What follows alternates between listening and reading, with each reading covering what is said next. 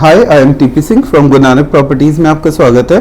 आज एक special video, क्योंकि मैंने आपको शुरू से बताता हूँ, मैंने पूरी लाइफ टीचिंग की है।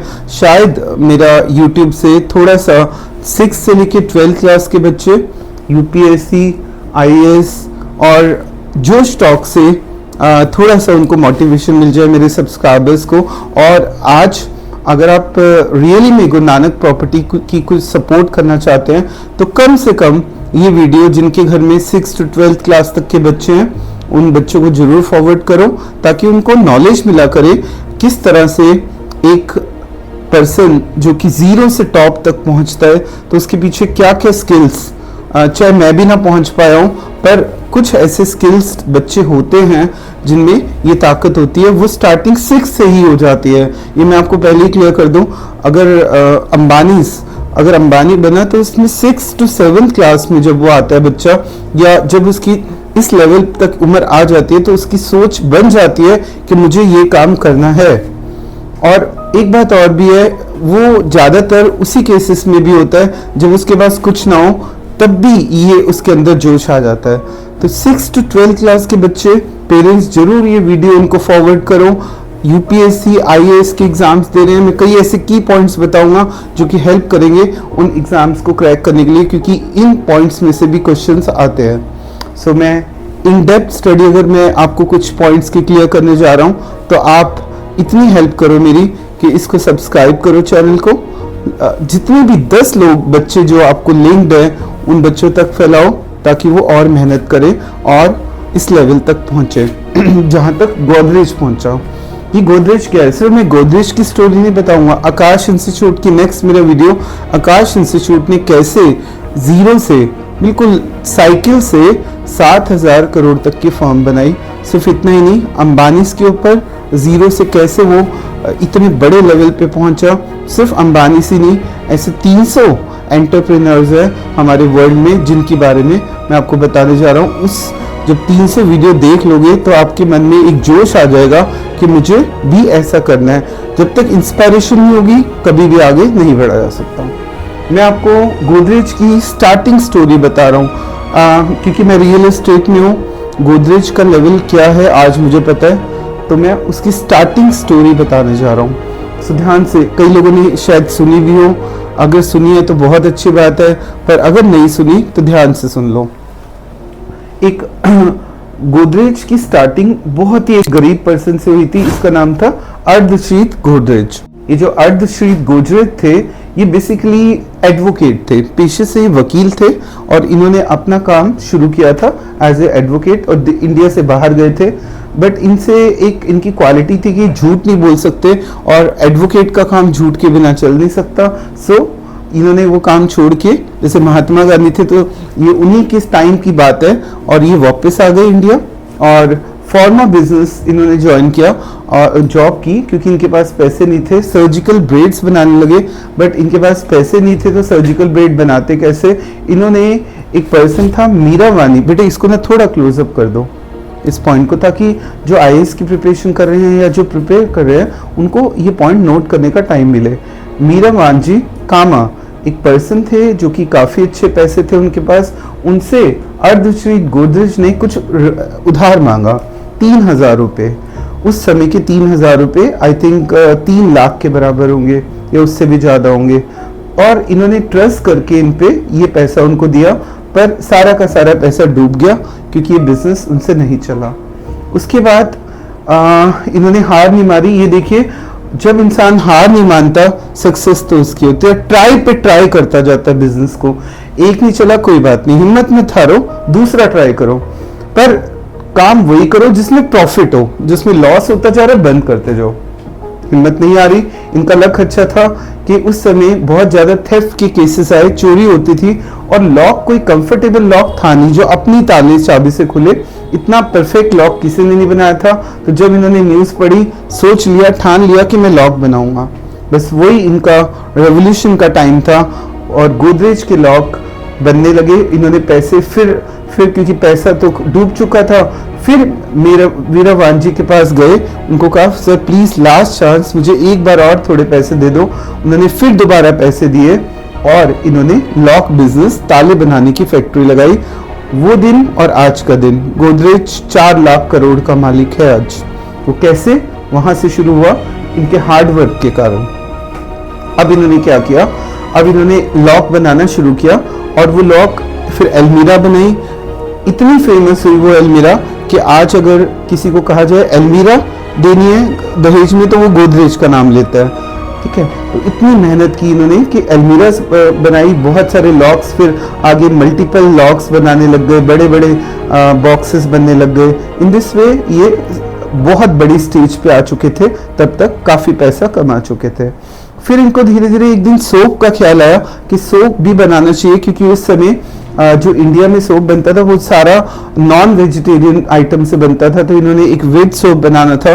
तो वो डिस्कवरी सबसे पहले गोदरेज ने की, जो बाद में सिंथोल का नाम भी दिया गया उसको। फिर उन्होंने टाइपराइटर बनाया पहला, रेफ्रिजरेटर बनाने वाले भी गोदरेज थे। इतनी मेहनत करने के बाद अर्धश्री गोदरेज थक चुके थे।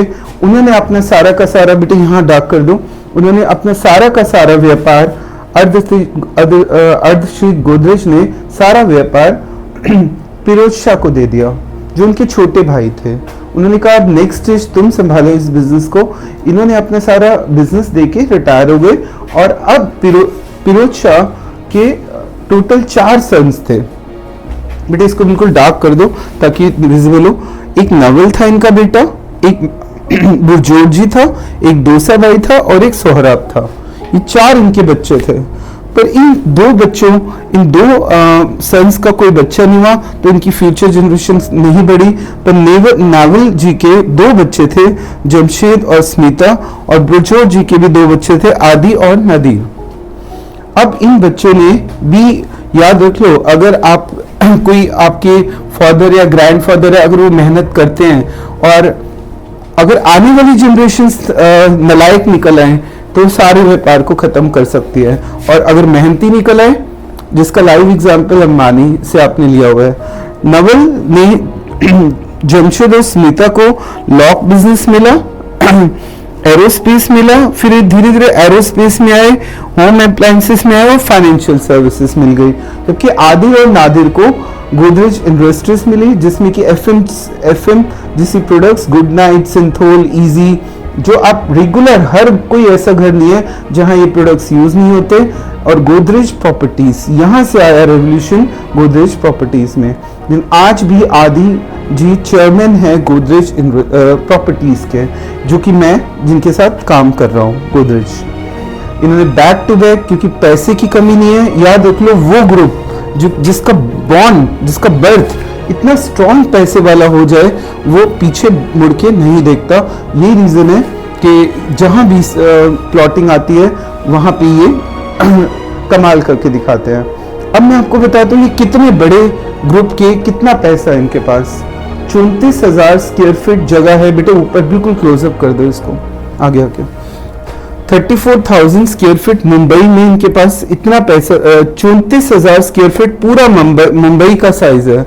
उसका सिर्फ 10% पार्ट, 3400 स्क्वायर फीट जो पार्ट था, वो खरीदा था गोदरेज ने।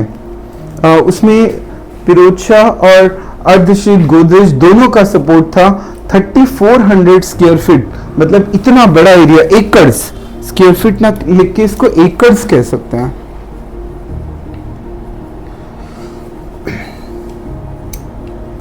टोटल जो एरिया है पूरे मुंबई का 34,000, उसके 10% के अकेले मालिक मुंबई के ये है। सोचो कितनी बड़ी विजन होगी इनकी कि इतना बड़ा एरिया जहां पे 100 गज का मुंबई में प्लॉट लेना पॉसिबल नहीं है, और आज ये 3400 एकड़ के मालिक है। बट इनकी थोड़ी सी कमी क्या रही कि 1700 एकड़ इनको फॉरेस्ट को देना पड़ गया। फॉरेस्ट को दिया नहीं है, मतलब नाम इनके है 3400 एकड़, बट क्योंकि ध्यान नहीं दिया गया तो वहां धीरे धीरे फॉरेस्ट आ गया, और धीरे धीरे 300 एकड़ में कुछ लोगों ने कब्जा कर लिया। 2000 एकड़ जमीन इनके हाथ से अभी निकली हुई है, और 1000 एकड़ में गोदरेज की सारी इंडस्ट्रीज हैं। सब ये 1000 एकड़ भी इसकी नेट वर्थ 4 लाख करोड़ रुपए है। अगर हम देखें तो इसकी नेट वर्थ 4 लाख करोड़ रुपए है। तो एक कंपनी जिसके पास इतनी बड़ी वर्थ है, तो वो कैसे आज काम कर रही है रियल एस्टेट में, इसीलिए काम कर पा रही है क्योंकि उसके पास पैसे की रोटेशन, खुद का पैसा है, और वो एक प्रोजेक्ट बनाती है, अगला पहले रेडी कर देती है। इतना पैसा है इनके पास। अब मैं थोड़ा सा और पीछे चलते हैं हम। इनके पास ये जमीन ये ली कहां से, इन्होंने आई कैसे? आप इधर आ जाओ बेटा। ईस्ट इंडिया, मैं आपको बता दूं, एक इंडियन किंग था, ये बहुत बैक हिस्ट्री है। मुंबई को गिफ्ट, बड़ी हैरानी की बात आपको लगेगी, एक इंडियन किंग था, उसने गिफ्ट में मुंबई अपनी बेटी को दे दी, और मतलब अपनी बेटी की मतलब अपनी बेटी की शादी बाहर की फॉरेन में, और उसको मुंबई को गिफ्ट में दे दिया अपनी डॉटर को, और उसकी डॉटर ने ईस्ट इंडिया कंपनी को रेंट पे पूरी मुंबई दे दी। पर जब हमारा ये ईस्ट इंडिया कंपनी जब गई तो ये सारी जमीन कोर्ट ने फर्दर डिवाइड कर दिया, और उसमें से 10% जमीन गोदरेज ने खरीदी। और उस समय क्योंकि तब तक ये काफी पैसा कमा चुके थे, तो 10% जमीन तब इस तरह से उनके हाथ में आई। तो ईस्ट इंडिया कंपनी रेंट पे थी मुंबई, और बाद में वो जमीन जब वो चले गए तो कोर्ट ने अलॉट की गोदरेज को 10% पैसे देने के बाद। आज वो 3400 एकड़ जमीन के मालिक है, बट उसमें से 1000 एकड़ पे ही आज वो अपनी इंडस्ट्रीज, गोदरेज प्रॉपर्टीज, एरोस्पेस, ये सारा बिजनेस कर रहे हैं। और तब भी वो जमीन का थोड़ा सा पार्ट यूज हो रहा है, पूरा अभी भी यूज नहीं कर पाया। और सोचो अगर ये जमीन सारी मिल जाए इनको। पर अब इसमें भी थोड़ा सा कंफ्यूजन है। ये जो दो हैं, नेवल अलग हैं, बुजोजी के दो बच्चे जो हैं वो अलग हैं, इनमें थोड़ा सा कॉन्फ्लिक्ट है अभी। ये कहते हैं जो आदि और नादिर है, और जो स्मिता, और इनमें एक पॉइंट को लेके ये थोड़ा सा डिवीजन है कि जमीन को खाली कराया जाए, जबकि कुछ इनमें से कोई एक पार्टी ये कहती है कि नहीं, खाली नहीं कराया जाए, क्योंकि हमारी मुंबई की forest land is very important for Mumbai. तो कि बाद में सॉल्व हो जाए, और हो भी रहा है, बैठ के सॉल्व करेंगे लोग। सो इन दिस वे आपने समझा कि कैसे एक छोटा सा पर्सन जिसके पास 3000 रुपये रेंट पे लेके, मतलब किसी से उधार लेके स्टार्ट की हुई कंपनी आज 4 लाख करोड़ रुपए की कंपनी बन चुकी है।